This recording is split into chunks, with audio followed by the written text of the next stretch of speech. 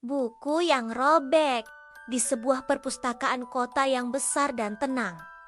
Di antara rak-rak buku yang menjulang tinggi, duduklah seorang anak laki-laki bernama Bima. Ia baru saja menemukan sebuah buku cerita bergambar yang tampak istimewa. Sampulnya berkilauan dengan gambar naga dan kastil megah. Dengan penuh semangat, Bima membawanya ke sudut baca favoritnya. Sebuah kursi empuk di dekat jendela besar yang menghadap ke taman.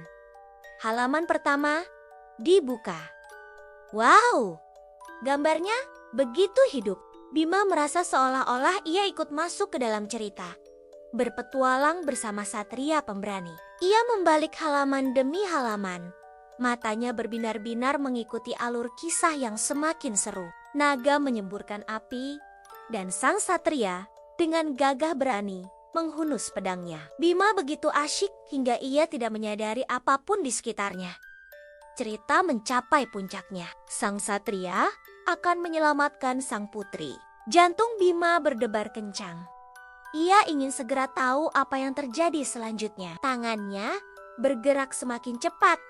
Tidak sabar membalik ke halaman terakhir. Namun, karena terlalu bersemangat, jarinya tersangkut. Krek, suara kecil itu terdengar begitu keras di tengah keheningan perpustakaan. Bima membeku. Ia menunduk dan melihat sebuah robekan kecil di tepi halaman buku itu. Dunianya seakan berhenti. Cerita naga dan satria langsung terlupakan. Yang ada hanyalah robekan kecil yang seolah menatapnya dengan tatapan menuduh. Perpustakaan yang tadinya terasa nyaman kini terasa mencekam. Suara detak jam di dinding, tik-tok, tik-tok, terdengar seperti hitungan mundur. Keringat dingin mulai membasahi kening Bima.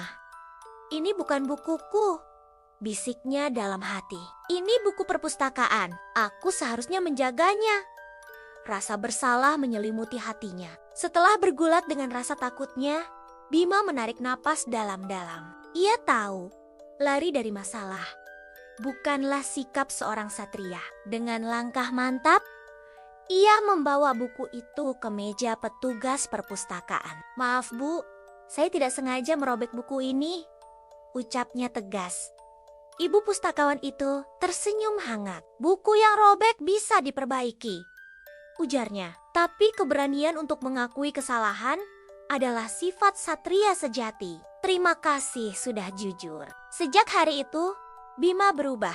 Ia tidak lagi membalik halaman dengan terburu-buru. Setiap lembar ia buka dengan penuh hormat, seolah sedang memegang harta karun. Ia bahkan menemukan peran baru bagi dirinya, menjadi satria, penjaga cerita. Ia akan dengan sopan mengingatkan teman-temannya untuk merawat buku, dan terkadang membantu pustakawan merapikan rak. Bima sadar, petualangan terbesar bukanlah yang ia baca di dalam buku, melainkan yang ia jalani dalam kehidupan nyata. Menjadi pahlawan bukan tentang mengalahkan naga, tapi tentang mengalahkan rasa takut dan berani bertanggung jawab. Terima kasih sudah menonton cerita ini ya, teman-teman. Sampai jumpa lagi di cerita berikutnya ya. Jangan lupa untuk subscribe dan berikan like-nya juga ya teman-teman.